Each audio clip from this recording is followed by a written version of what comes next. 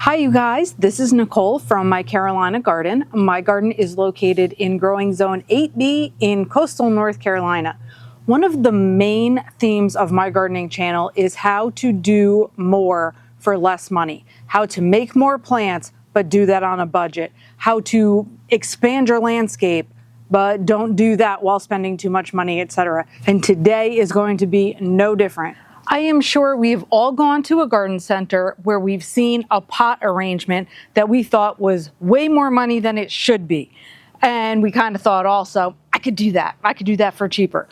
Well, today I went into Lowe's and I saw a pot arrangement that had 2 items in it that I already have and that I can propagate. And so I said, why am I going to spend that kind of money when I could do this myself? Here's what we're going to do first. So this Croton right here, this Croton Petra, I have found out that you can propagate this and it's not going to be complicated. So this is one thing we're going to do. And the second part of the pot arrangement was simply using Pothos. Pothos is one of the most common house plants there is. So a lot of us who have Pothos growing in very long strands maybe have experimented with snipping off those long strands and rooting those strands in water or in new soil in other pots and keep making more and more and more of those plants. So with the Pothos, I've done that 1,000 times. With the Croton, I have never propagated, but we're gonna do that right now. So here's the deal. From what I have read, in order to propagate my Pothos or my Croton, I can do it from a stem cutting, and I want a stem that has at least 5 leaves on it. I'm looking for a good one here. And I'm gonna get a decent length stem. So now, as we usually do when we do propagating of stem cuttings, we are going to take a lot of these leaves off. As far as I know, you can't propagate this plant from a leaf cutting itself. Otherwise, I would definitely do that because those leaves are stinking gorgeous. So be it. We're sitting here making a brand new plant, so we're going to deal with this. Cutting off most of these leaves. I'm going to leave myself with a few, and honestly, I don't know if this is going to be too many, but that's okay. We're starting with a little experiment here. The next thing I am going to do is get a pot ready. Where are all of my pots? Behind me. And I'm going to put my potting soil in this. I am going to go ahead and use the powder rooting hormone on this. When I propagate plants, I don't always use the rooting hormone. In fact, I mostly don't. But in the case of this one, because I have never propagated it before, I figured what would be the harm in giving it a little extra boost. So I got some potting soil that I got on sale today because it was an open bag sale. Always love finding those.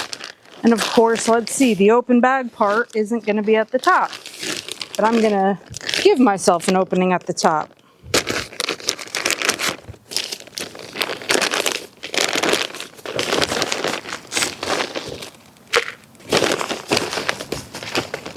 And I'm going to do this twice and make myself 2 beautiful little pot arrangements. Okay. Soil is in my pots. The next thing I'm doing, I got this rooting hormone simply from Amazon. You can get them over the counter anywhere. It's literally a little jar of powder. I am going to take my stem cutting. I am going to dip it in water. Actually, you know what? I also wonder if I need a leaf node for my roots to grow out of. So what I'm going to do, I have some leaf nodes all the way down here. I'm just going to what did they say? Pick off some of the bark on the leaf nodes.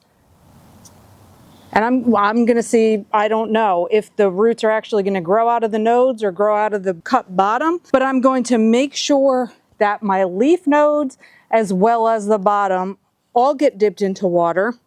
I poured some of my rooting hormone powder right into this lid here because I don't want to dip my plant directly into the hormone. I'm just making sure that the leaf nodes actually get the powder on them also, which is slightly complicated from this angle, so I'm going to help it out. Now that I have the rooting hormone on here, I'm just going to stick my finger right into the middle of this soil and make a little dip. and I'm going to stick my Croton plant right in the center, like this. Now it is going to be much more beautiful when the colorful leaves, like the ones I clipped off, actually start growing again, but so be it. This is where we are right now. The next thing I'm going to do is similar with my Pothos plant. So this is already a stem cutting that I clipped just 5 minutes ago from inside my house. I'm going to remove this leaf down here at the bottom because this is all going to be part of what is going into the soil. So I'm leaving this little leaf node also exposed like that. Now again, I do not usually use rooting hormone for my Pothos plants, but I'm going to do that now simply because I'm doing it for the Croton. So I'll just do it for both. And I'm just dip that in water so it gets the stem wet. Dip it into the rooting hormone, same deal as before. And I'm going to make a little dip into my pot with my finger. And I'm going to place my plant in. Now let's see, your leaves are going the wrong way. Well, we're about to see what happens. I don't really want the leaves facing down, but that is just the way this branch is curving. I'm going to get a second one of those, and I have the same thing here, freshly clipped end of the Pothos. I'm just going to break off a little piece where the leaf node was, dip it in water, dip it in rooting hormone, and put it into the pot as well. This doesn't look like much right now, but give it a few more weeks when things start to really perk up and then new leaf growth begins. I'm going to have an adorable little arrangement here that was free for me because I already had all the plants involved. Just a couple of little extra notes for you. If you don't have this Croton in your possession right now, so it's not a freebie for you, these plants are currently on clearance in my nursery everywhere. They're all 50% off because the Croton is not really staying outside during this cold weather. So you can use it as a house plant. Maybe people are going to buy and overwinter, but the point is you can get it on clearance if you don't own it right now. That's going to save you a lot of money. And both of these items can actually live outside during the spring and the summer and all the warm weather that we're going to have. So even though right now we're making little indoor houseplant arrangements, we can enjoy their beauty outside. My big Croton, this one I've had for a few years at this point, so he lives in my landscape normally, but it's time to bring him in, so he's going to serve as a house plant for now. So I thought, heck, why not make more of him so we can get all this beautiful color on the leaves? My husband likes to call this the avatar plant because the coloring and oh my gosh, it's like really, really unique. So anyway, this is one way that we are saving money. Let's go check something else out. So the next thing I want to do is inspect my caladiums down here. So I want to dig them up and show you exactly what we're looking at when we look under the ground. Now, caladiums are interesting because while they're supposed to be mostly warm weather tolerant, people have told me that they've had their caladiums stay safely in the ground alive and they've come back for them again the next year. I have never had caladiums before. This was my first year, so I decided that I wanted to dig some of the bulbs up and then leave some of them in the ground. And the ones I left in the ground, I'm just gonna baby them. I'm going to overwinter them in such a way that is like keeping them safely tucked in with extra mulch to make sure that the roots stay protected. So this plant itself looks like it's multiple. So we're going to see exactly how it is down here. And it is. They are definitely separate. So let's take a little look-see. I'm just taking the soil off from the roots so we can really get a good look at what the roots look like and then make a decision about what we would like to do in terms of storage or whatever. Overwintering in one way, shape, or form.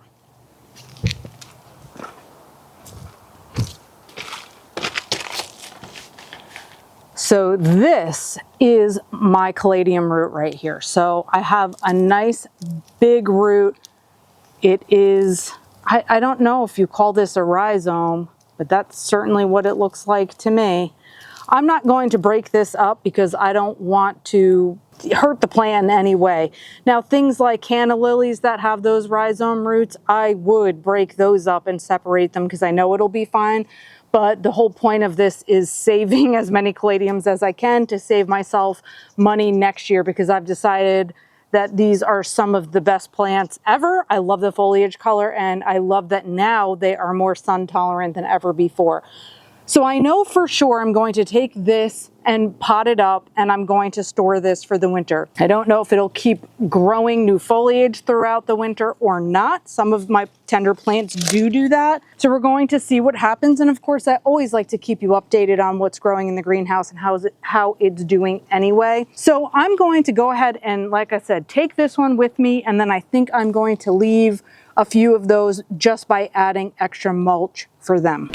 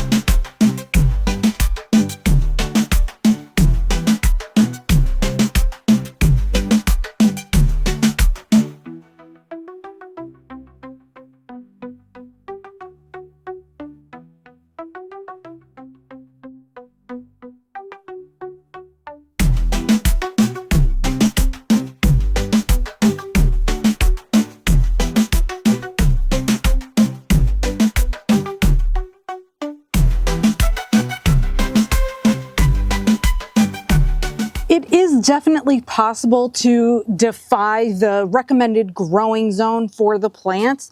So I think if it is worth it to take that chance for you financially, then I don't think it's a bad idea. I have overwintered tropical hibiscus in the ground that were not meant to be perennial, but they were. So I'm thinking this is probably going to be the same thing. And if other people did have success, cool. Like, let's see if I have success as well. And then I can let you know, so you can judge where you are in comparison to my zone 8B at the bottom of North Carolina. So I definitely will have enough plants that I will be able to take those inside. We're going to watch and see what happens with them.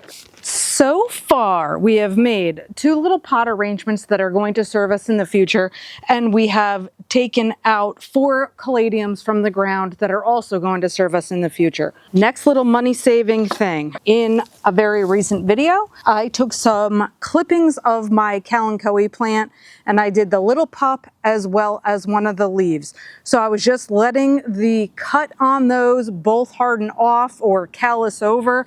And now I'm going to pot those up to see what happens. So this is going to be a different kind of potting mix. So this one is actually made for succulents and other things like it. So we have quickly draining soil in here.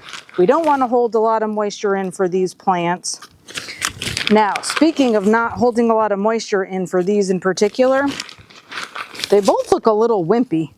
Both of my cuttings look a little slightly wrinkly, as if they're wanting water, which is kind of interesting and strange because they are succulents.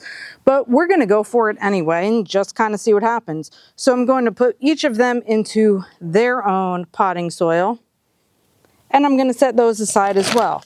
And it's like we're creating our own little garden center over here, making all these little plants for our future. Let's carry on. So I can tell you right now that my next video is going to be all about the greenhouse, getting that completely ready to be filled up and then looking glorious.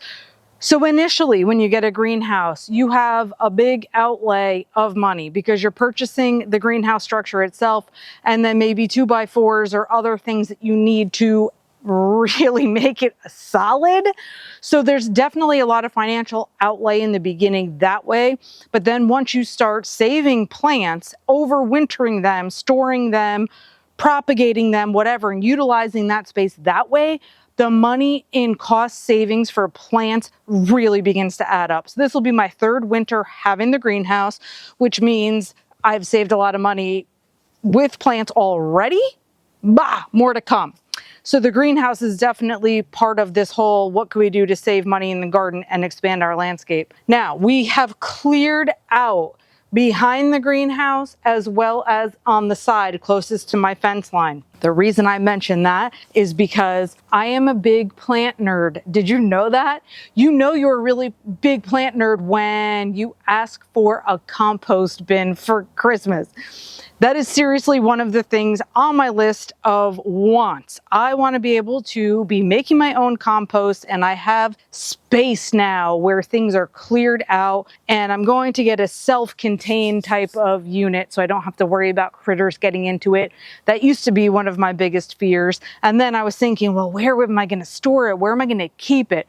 Well, behind the greenhouse seems like a wonderful spot to me. So we got that ready. So even more cost savings is going to be coming there as I'm able to have more soil additives, etc. So lots of healthy gorgeousness coming for my plants. This video is probably going to end up being pretty short, and I apologize to those of you that ask me to make much longer videos, but basically I'm just rocking and rolling in life right now. I have so many things happening that this is where I am. I get to come out and spend a bit of time propagating, potting things up, and then it's like, okay, on to the next. So here I go, washing my hands and on to the next. Thank you for watching this. Definitely check out my next video that's coming up about the greenhouse. And my last few videos were all about propagating things. So saving money in the garden is what I am all about. Thanks again for watching. And until next time, happy planting.